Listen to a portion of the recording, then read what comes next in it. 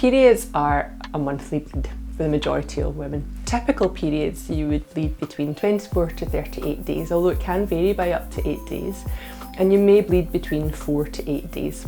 Sometimes that's heavy, sometimes that's light, and the bleeding might change throughout that time. I think the big thing for me as a gynaecologist is when somebody's telling me that they're bothersome or telling me that there's a change in the pattern. If your periods are becoming more frequent and closer together, or if they're becoming further apart or sort of petering out, that's also classed as irregular. It's also important to look at how much you're bleeding. If your bleeding is becoming more prolonged, or if it's becoming more heavy with clots, that also can be classed as irregular. The other type of irregular bleeding is just when your periods go a bit crazy. You don't know when they're coming, they're all over the place, and that's really challenging if you're organising what clothes to wear or work or school. Our periods change from person to person. I think the important thing is to recognise what your own natural pattern is, and for many that's not every month. Irregular periods can be a normal part of our life. We know that when we start our cycles, it can take a wee while for our own hormones to get into a natural rhythm, so you may find that you only have periods infrequently. The same thing happens at the other end of our lifetimes when our periods are winding down towards menopause, and you may find that you're dropping off a cycle and not having them so regularly. The other thing is our bodies are pretty sensitive to the environment and to the things that are going on around us. So stress actually can be a major part in causing an irregular cycle or missed cycles, as can other medical problems or even medication that you're taking. And the common sort of irregular bleeding or spotting that I might see in clinic would be women that are taking contraceptives, whether it's a pill or an injection, a rod into your arm, or even an intrauterine device, also known as a coil.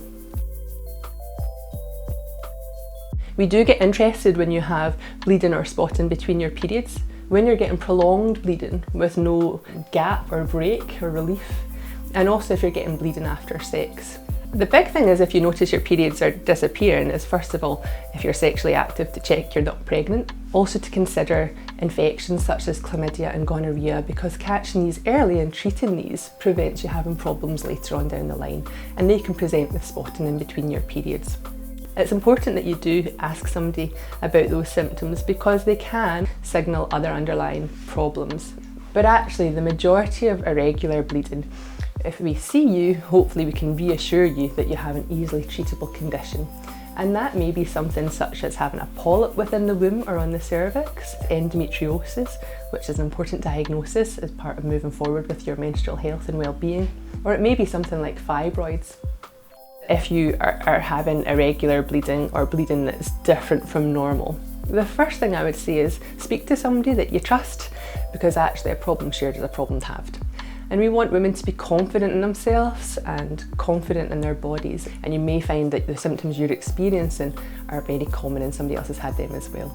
There's loads of great resources on social media, online, just like NHS Inform, where you can get lots of information about the symptoms that you may be experiencing, links to other support groups and advice on who to contact. I think the first port of call if you're worried or anxious would be your local practice, and our general practitioners are fantastic at treating many of these symptoms along with our practice nurses as well. It would be important to ensure that you're not pregnant. Make sure if you're over the age of 25 that you have a smear. That's so vitally important. And the other thing which is very useful for us is actually to see what your pattern of bleeding is. Write down what your cycles are. When was your last period? What's the shortest period between them, or the longest period between them, and how long and how heavy you're bleeding during that time, what sanitary protection you're using. And if you do have to be referred to gynaecology, please don't worry. We're here to support you. Your consultation will be completely confidential.